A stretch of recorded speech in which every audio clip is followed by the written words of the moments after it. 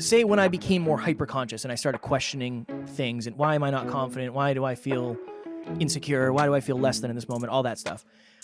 That's almost when I started setting new goals and I started doing things differently. So now I can figure out, I actually regret a lot of the things that I did because I just wasn't aware enough to know before. I think that regret is the soul's recognition of misalignment with one's highest calling, one's best self. Next Level Nation, welcome back to another very special, as always, episode of Next Level University, where we teach you how to level up your life, your love, your health, and your wealth. We hope you enjoyed our latest episode number 1246, How to Stick with Something for the Long Run. Today, for episode number 1247, let's get real about regret. So I mentioned this a little bit in one of our episodes, either last week or the week before, but I thought it deserved its own episode because I think it's pretty deep, but I also think it's something that is very valuable and practical for many of us. So every morning, not every morning, but most mornings when I get up, I go out into the kitchen, I get my water, I usually splash water on my face, and then if I go to the gym, I go to the gym, but I'm usually sitting in my office by 6:30, 7 o'clock latest. And the kitties do not eat until 8 a.m. That is when they are fed. They are fed their first meal at 8 a.m. Usually, Fudgy, he will look out the window. So I have a window right next to my desk, and he loves looking out the window. And then usually like 7:15, he will come stand in front of my laptop. And if you follow me on social media, you've seen many pictures of this. And he'll literally just like headbutt me. And it's basically like, hey man, I need some love. And for a while, when that first started happening, it's still a little frustrating. I do get frustrated because I'm trying to be in flow. But I do have this conversation with myself, albeit potentially sad, where I realize that eventually I will wish I did that more. I will wish I did that more. So every time I try to take a second and I try to enjoy that moment. And when Ace does it, I try to enjoy that moment. Now, yes, you can take that too far, but that's kind of the point of this episode is what if you didn't have to have regret later? I mean, and again, are you going to? Yeah, because there's certain things you're not aware of now.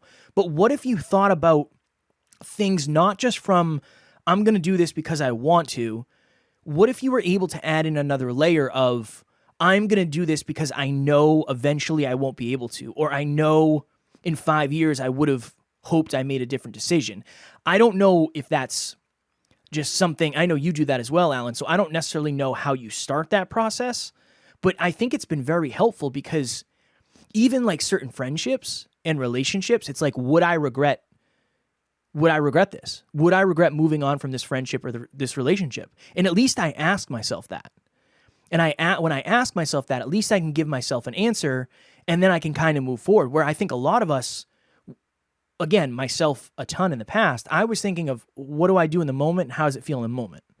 So if you're able to bring that time perspective in, I just think it makes your decision-making more powerful, more aligned, and there's probably a less chance, like a lower chance of you regretting it in the future, is what I'd like to think. Well, as someone who used to think short term. Yep. How dare you? I got a lot of burps today. I apologize. Why don't you take it easy? We went and saw Titanic 3D, and I had all the snacks. Look, we had all the snacks. This is what Alan says. We brought in Chipotle to the movie theater. Qdoba. Sorry. I like that gives me anxiety. It was what amazing. What if you get found out? Whatever. You know? Not for me. It's all good. Arbitrary rules right now. And not to mention, I'm not going to pay $7 for a soda. It's fair. Man. You know what I mean? The markups are unreasonable. That's fair. They're just waiting for somebody to put Qdoba in a purse. You know? But anyway, so back to the value. Yeah. Of reverse engineering regret and all the candy that I ate last night. I'm joking. I don't regret a single Swedish fish. But Kev, as someone who used to think, so the short-term thinking thing versus long-term thinking, and again, when you are reverse engineering regret, when you're thinking about a future self of I'm going to wish that I had allowed that moment with Fudge to be a better moment in the future, as someone who used to not think like that, as someone who for the last 5.5 years, you've been thinking more like that, I would say. Yeah. What's the difference? I mean, just tell everybody what's the difference in your life, right? I mean, and there's pros and cons. That's the other thing that I want to talk about too, because this is a little bit philosophical, very hyper-conscious, but it is a choice, you know, because everything you do now you could potentially regret, and you can spend your whole life minimizing future regrets. And it's all based on your own core values, your own self-awareness, your own beliefs, your own goals, what you care about and don't care about. And it's based on your current level of consciousness too. So as someone who used to think super short term and lived that life, I think you can give a better perspective on this in some ways. It's interesting. I almost feel like when I started to become more self-aware, that was like a benchmark. And now I can look back and see the benchmark. I think that's all it is now I have like an understanding of, oh, this is kind of the life cycle of a thought. I don't know if this is going to go pretty deep, I guess, but that's how I feel about it when you ask me that. When I became more hyper-conscious and I started questioning things and why am I not confident? Why do I feel insecure? Why do I feel less than in this moment? All that stuff. That's almost when I started setting new goals and I started doing things differently. So now I can figure out, I actually regret a lot of the things that I did because I just wasn't aware enough to know before. I think it just picks up quicker. And it's almost like you can't regret something unless you raise your awareness. In trainings, I always ask everyone, I say, everyone think of a terrible choice you made in high school. And everyone has a dozen at least. Because when you're in high school, you have like this weird confidence that's not kind of real. And you're just like in a group of people that and you just feel on top of the world, but yet you're very incompetent in most ways because you're just young. And so it's kind of the first time that you're a teenager and you're just trying a bunch of stuff, figuring out what car you want to get, you know, what you're into and not into, all that stuff. And I always say that. I say, think of a choice that you made in high school that you honestly, if you were honest with yourself, you regret it. If you were honest with yourself, and everybody can easily come up with one of those unless they're extremely arrogant. And I say, okay, imagine making that choice again as this version of you. And they're like, oh, I could always see the face. Like, no, I would never do that again. And I always ask, why? Like, right? Why would you never do that again? Because now you're more aware of the long-term consequences. What's weird about this, though, is that, of course, you're more aware of the long-term consequences now. Yeah. That's the hard part. How do you know that in advance? That's the key, I think. I think the sign of true intelligence is your ability to anticipate the future. And if you know yourself really well and you know you always regret it when you XYZ, then you probably shouldn't XYZ. And the other piece I wanted to share too, Kev, is I think regret and fulfillment are the barometer of life. If you want an inner compass of some kind, I always picture Jack Sparrow with the compass and it points to, you know, your proverbial true north. I think that regret is the soul's recognition of misalignment with one's highest calling, one's best self.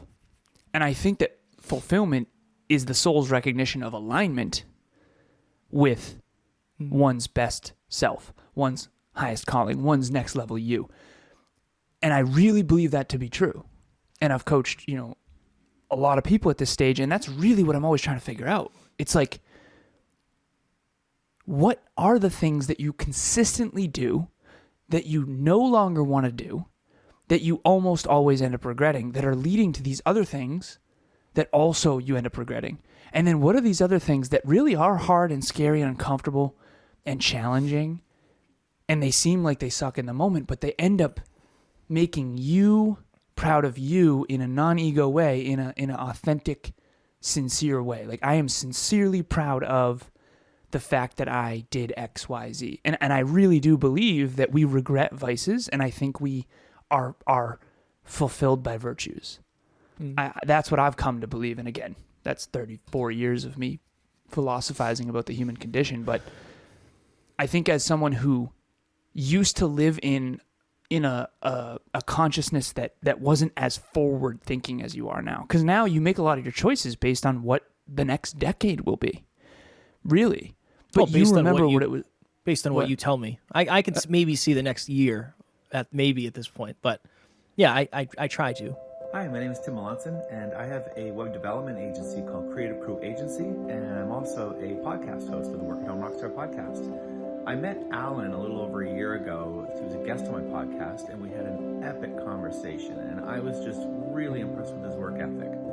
And so I decided to jump on board with him, and it's been a little over a year now. My business has grown, but more importantly, I feel much less stressed and much more purposeful with what I'm doing and the direction that I'm going. So I definitely highly recommend Alan. If you're looking for some accountability, if you're looking for some tools, then look him up, take him up on this consultation. Well, can you share with the listeners a choice that you're thinking pretty long term about? A lot of things. Taryn and I buying a house. It's like we could have done that. We could have done that last year or this year. Realistically, we could have, but it's not the best. It's not the best 5-year plan. Buying a new car, Right.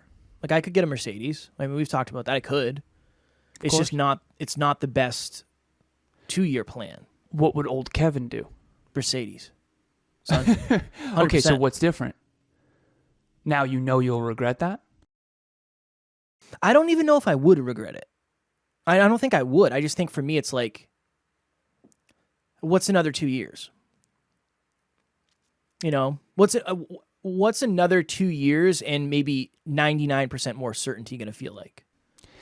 And the other piece of that is another 2 years, but also more revenue Yeah. in 2 years. Because that's the thing that I want to bring mathematically here is if Kevin got his dream Mercedes now, which is doable, Oh, that one isn't. not the dream one, but not the one in his I background. mean, we could, but that's where Tara and I would live. That would be like our next house too. Yeah, we're not there. We're going to live in the car with the cats, Yeah. which they destroy the leather 100%. Yeah. Yes. Tariel is always scratching. Like, luckily we don't have nice furniture because if we did, it would be mayhem. Oh yeah. But anyways, so the reason you're not getting that is because you wanted more later. And this is the philosophical question, which is, do I sacrifice now for more later? That is always the philosophical question. I was on the phone with a client recently. And if you're listening, you'll know who I'm talking about. And she said, yeah, like if the apocalypse were to happen, I'd be very regretful because I've spent the last several decades investing for my future when no one else did. And it's like, yeah, but you can't plan on that. No. Right? And most likely when the apocalypse doesn't happen, you'll be glad that you... So everything is kind of like a bet. And there's a great book called Thinking in Bets, but when it comes to regret and fulfillment, you kind of have to guess based on your current awareness. And for the listeners, what is it that you are doing right now that you might regret? I think that's a really powerful frame. Go into the future, 5 years, 10 years, 15 years, 20 years. Even a week. Like start a week. I hung out with Matt last night. I told you I was going to see Matt. And I was like, yeah, man, I have 5 calls on Saturday. I got to be up early. He's like, what time are you going to get up? I was like, probably at 5. And he's like, oh, no. And I was like, whatever, dude. Don't worry about it. Like, we'll stay up until we stay up, and I'll figure it out. Like, don't worry about it. It's not that big of a deal. I can bite the bullet for one day. But 12:15, it's like I'm looking at my watch. It's like, oh, no. But I asked myself, I said, will I regret this tomorrow? And it was like, no, I won't. We're having a great conversation. Like, I will not. I'm fine. I'm going to be fine. 1:15 rolled around. It was like, hey, man, I gotta like go to bed because if I stay up any later, I am going to be in trouble. So I am running on 4 hours of sleep. Yep. But I asked myself, is that something I'm going to regret? And I came back with no. This is the most valuable use of my time, and this is the most aligned thing to be doing right now based on my own core values and my beliefs, my aspirations, and my mood and whatever. So, and this is why people get tripped up, Kev, because the moment their goals change, that shifts everything. So imagine if Kevin wanted his dream Mercedes by the end of this year. Now all of a sudden, you have to leave Matt's at 11. You might not even get to go to Matt's, actually, because you need to be working. So that's the thing, is the moment, and people don't really realize this, and I know I didn't in the past, when you set a big goal, the implications are huge. They're huge. I remember Emilia, she's like, I wanted to be, this was my dream. I wanted to own my own home by 27. And I was like, sweetheart, I wasn't planning on that. So like, just so you know, I mathematically was not setting myself up for that. Kevin and I have been reinvesting every dollar back into the business. So like, now that you've told me that, I've got to change some stuff, and so that's why the future planning piece is so important. Is when you set a goal, all of a sudden it's like, okay, we want to get a condo. Okay, I have to prepare now to make that happen by this date. And I think that's one of the main reasons people don't set goals, is because when they do, they get really stressed out, because all of a sudden, most of what you used to do, you have to regret now. It's like a weird thing, and that's a deeper layer. But it's a hard one. I love this conversation because this is where I spend my world. I mean, your decision-making paradigm is completely predicated on your current consciousness predicting the future of your future consciousness, and then figuring out how to make the most effective decision, kind of knowing you'll never really make the most effective decision. I would just say start with a day, start with a week. I think that's a good, so tonight UFC's on. I'm going to stay up till 1 a.m. I'm running on 4 hours of sleep, and I most likely am not going to have time to take a nap. So I'm going to be up, it's going to be a long, long, long day, but I'm already doing the calculations of what does that look like for Sunday. I'll probably get some extra sleep on Sunday, do some work. Maybe I won't exercise. Maybe I'll see if Taryn wants to go for a walk. Whatever. I'll find a way to make it align. So you won't regret that? No. Most likely won't. I've already made the decision. And how do you know you won't regret that? And I'm not asking because I think it's... No. I've done it. I think you will regret it. Yeah. I've done it every weekend. Yeah. And you've always not regretted it. As a matter of fact, you've regretted it when you didn't do it. Yes. Yeah. It fills my cup. See? It fills my cup. That's the learning process. So I think fills my cup. Yes. Learn... Go ahead. One last little thing. So Titanic 3D is out. We only have 2 minutes. Oh my goodness. Yeah, I have a podcast. Otherwise, we're going to regret it. Yeah, I already do. You already do. Titanic 3D came out. Really quick story. I was on the phone with a team member. She's like, oh my God, Titanic's out again in theaters in 3D, 25th anniversary. I was like, oh my God. I actually had this moment of like, yes, I want to do that, but I'm going to regret it if I don't. Because I get a chance to see this in 3D in theaters again. The last time I saw that movie in theaters, I was 7 years old or 8 or something. Kevin and I joke about that was the first time we saw the female form. And I pretended to cover my eyes. With my mom. Yeah. Yeah. I was on the floor. That's how packed the theaters were back then. I literally was sitting on the floor in the theater. I think my mom and stepdad snuck me in or something. I don't even know. Probably put me in their purse. No, you could PG-13. You just have to have a parent with you. It's PG-13 even though there's nudity. It doesn't make any sense. I think that's the only It was film. Artistic. It was artistic. Yeah, artistic nudity. We're going to have a Titanic podcast. Tasteful. Okay, right, we got to go. What are you saying? But the point is that a lot of your decisions, regret is a useful tool. That's it. Regret is a useful tool. Am I going to regret it if we don't go do this? Yes. Okay, then let's do it. Right? See, I won't. That's why I'm not going to probably go. Exactly. I don't think I'd regret it. It's like, whatever. I don't want to really go sit in the movie theater for 4 hours. 3 hours and 37 minutes. Yeah, whatever. I get there 20 early at least. All right, we got to go. Yeah. Next Level Nation. Again, I know this was like a little bit of a deeper episode. Maybe you listened to it a couple times, but the ultimate thing is next time you're going to do something or not do something, just think from that frame of a week from today. Is this going to matter? Is it going to matter more than I thought, less than I thought? I think it's a good conversation to have. We Next Level Live, April 1st, 2023. We have some of the teams flying in. We already got the Airbnb. It's going to be awesome. Make sure you join us. We just redid the itinerary. It will be world class. And also, if you have not joined our private Facebook group, Next Level Nation, please do. A great group of humans who are very similar to you. Tomorrow, for episode number 1248, asking for help is a strength, not a weakness.